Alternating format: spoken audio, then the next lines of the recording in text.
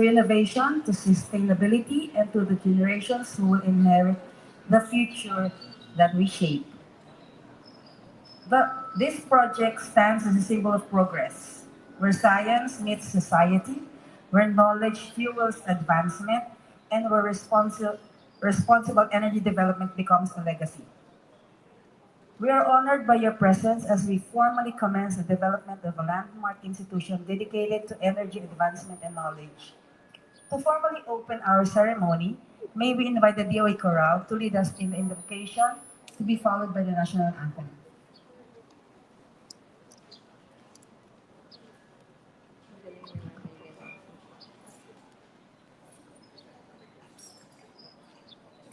Alam magiging karesilaganan, alam ng puso, sa dibdib ko'y buhay.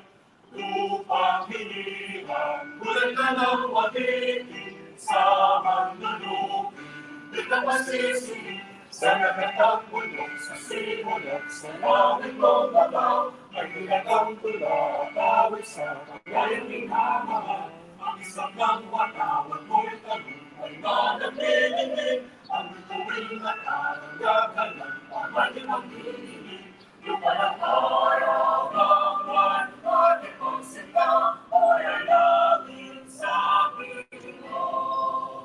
Ang ligaya na bang ay maraming, ang mamatay ng dahil sa'yo.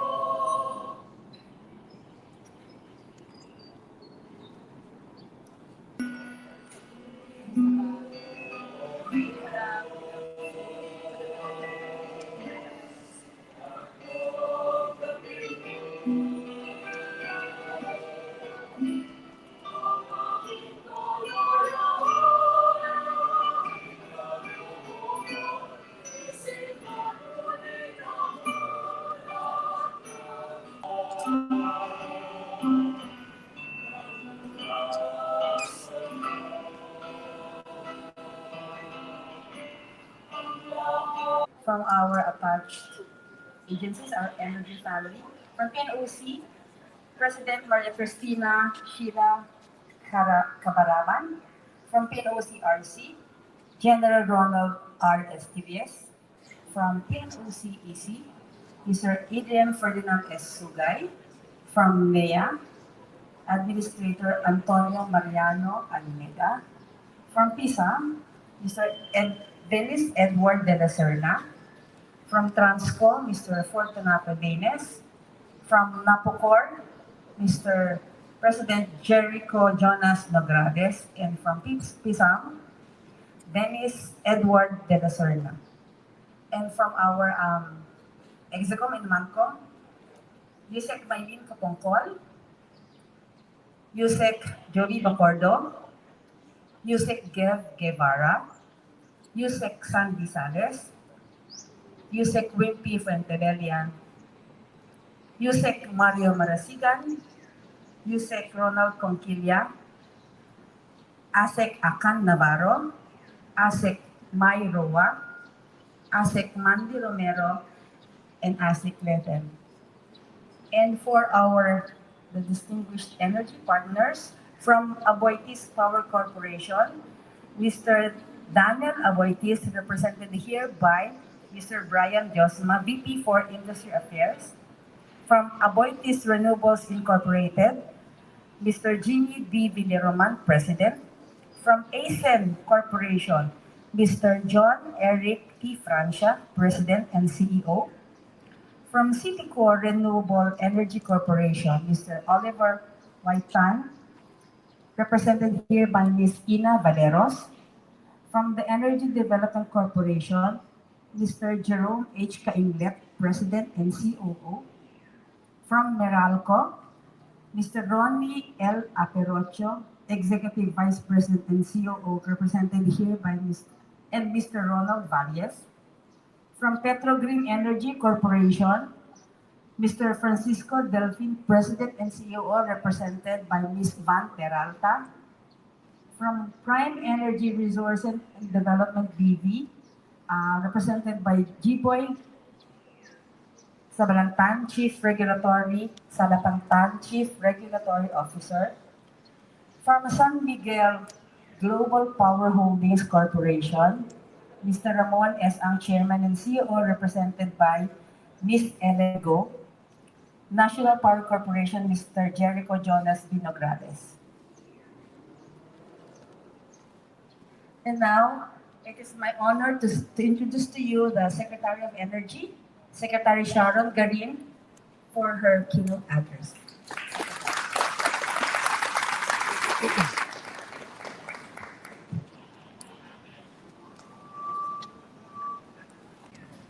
Good morning. Morning. Excited kami. Ngayon pala ako nakita na this grounds is looks so promising. So good morning to our distinguished guests, valued partners, members of the DOE family. Actually, hindi lang to ERTLS, REMV, and all that. I think the whole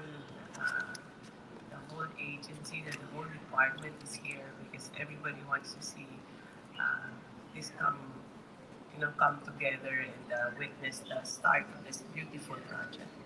Today we stand on what appears to be an empty ground. Soil and grass, wala nang ang grass beneath our feet. But in truth, we are standing on the foundation of something historic. From this very space will rise the first ever National Energy Museum of the Philippines. A place where knowledge will illuminate minds and where curiosity will spark the next generation of energy leaders. Energy is the lifeblood of our nation. It powers our homes, fuels our industries, lives of Filipino families. When every Filipino understands how electricity flows, you know how I learned about electricity when I was appointed as undersecretary? I had to buy Electricity 101 audiobooks because I had to understand it's not easy. For that, I truly admire our engineers. From our resources through generation and transmission and into every household, school, hospital, and enterprise, we transform knowledge into power and curiosity into capability. The museum will serve as a launchpad envisioned to inspire, educate, and empower young minds to step into the world of energy. This 1,164 square meter facility will be composed of immersive, interactive, and exhibit pods that tell the story of Philippine energy, where we began, where we stand today, and where innovation will take us tomorrow.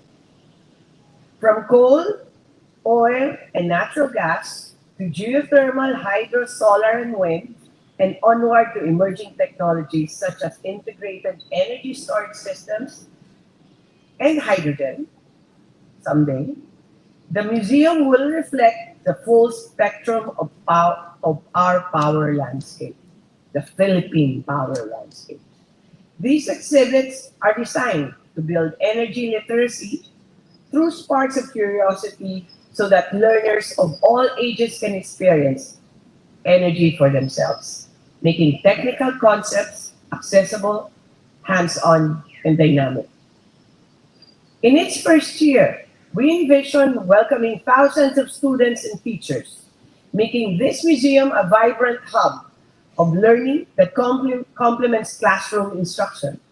A core mission of this museum is to cultivate deeper interest in STEM, science, technology, engineering, and mathematics. Through the DOE's initiatives for the youth, we are committed to ensuring that children, particularly girls in science, see themselves as future scientists, engineers, innovators, and leaders of our energy sector. This vision is rooted in collaboration. The Energy Museum will foster strong partnerships through energy developers, academic institutions, and research organizations to ensure that its exhibits remain current, forward-looking, and grounded in real-world applications. We would like to express our sincere gratitude to our energy partners. Hindi ko alam kung nag-volunteer itong mga to na pilitan nila. But I think they do it for the love of energy. We would like to thank our partners. Aboitiz Power. Sino sa Aboitiz Power? Thank you. They're well represented actually. Asian Corporation, known as an Eric is here. Citico Renewable Energy Corporation. Thank you. Energy Development Corporation, or EDC.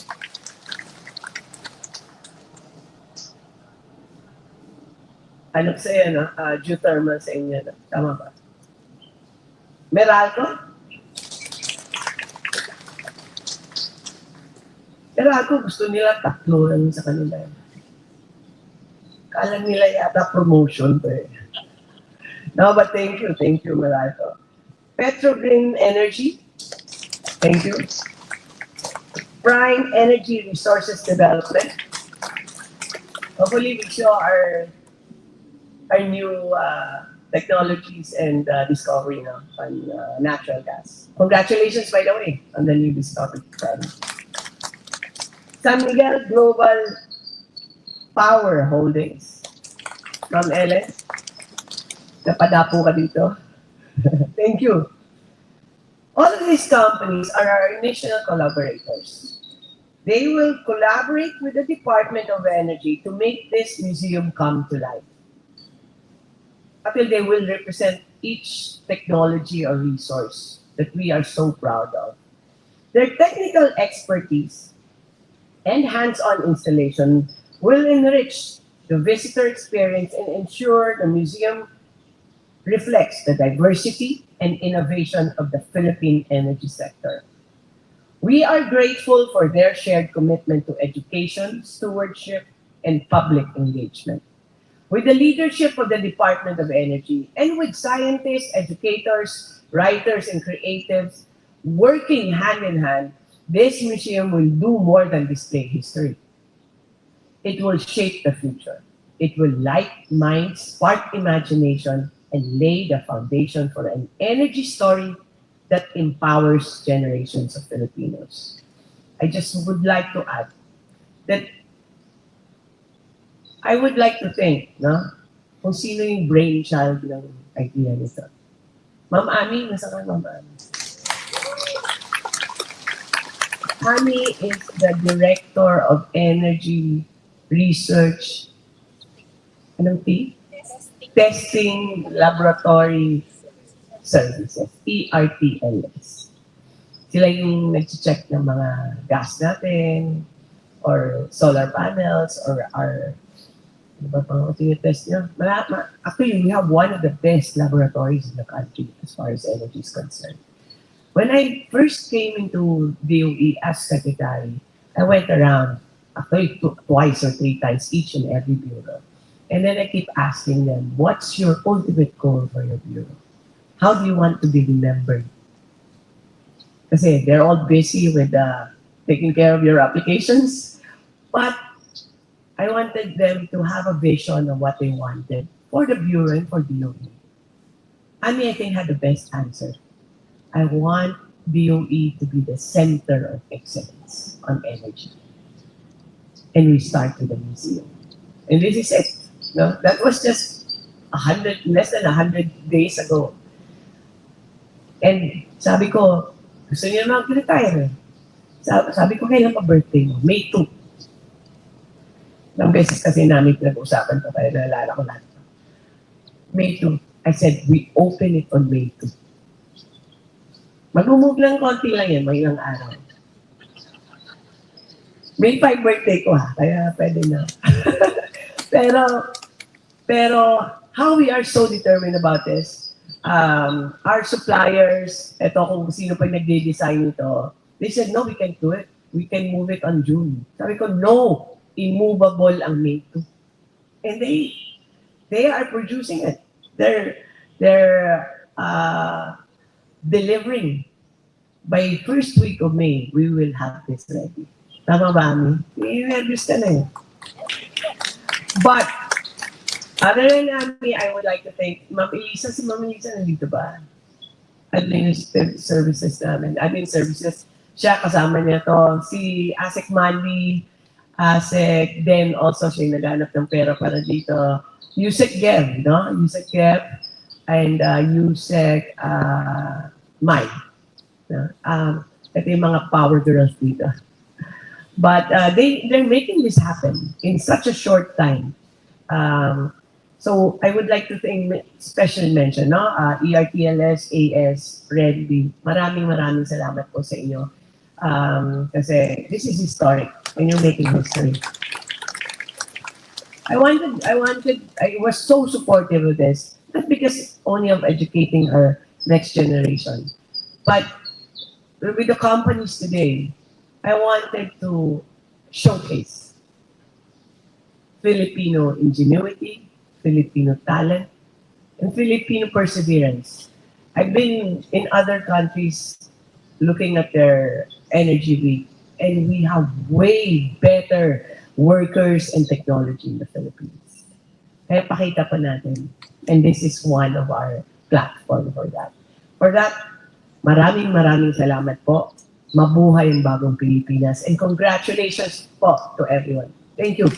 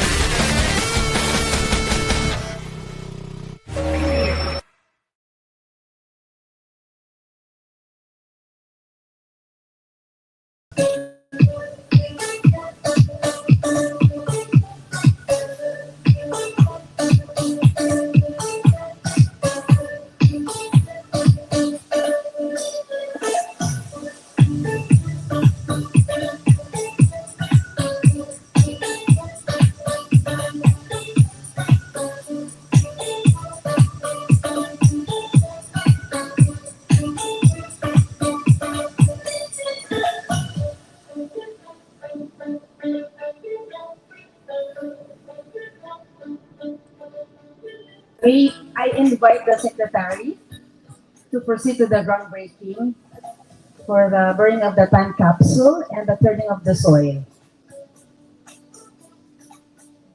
Mahirap na ba maghanap ng print, di ba? Naghanap kami. And then coins. And then the flash drive that contains all the documents on this museum. And it will be opened on February 13, 2076.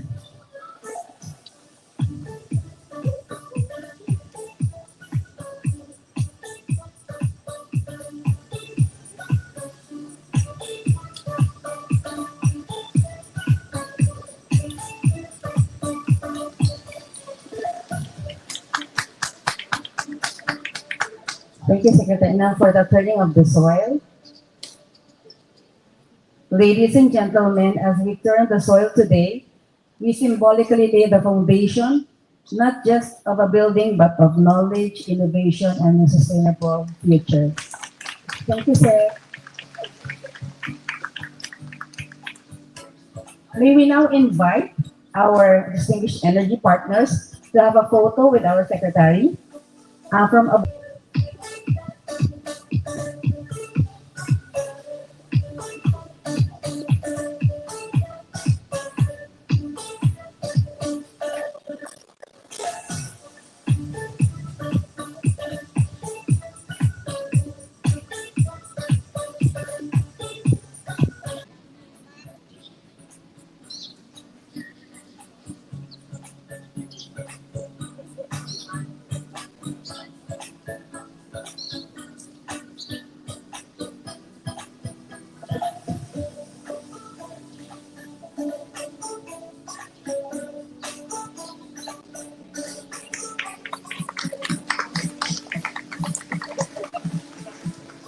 and, may we now call the heads of our attached agencies and Executive and Mancom of the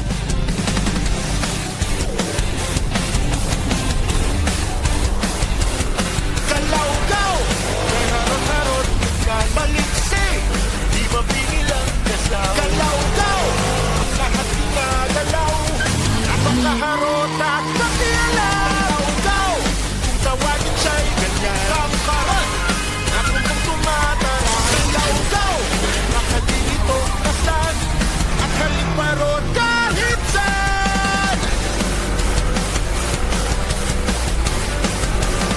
Kalawgaw, kay likot-likot na maliksi, di mapigil ang kaslaw. Kalawgaw, ang lahat ginagalaw, at haliparot kahit saan.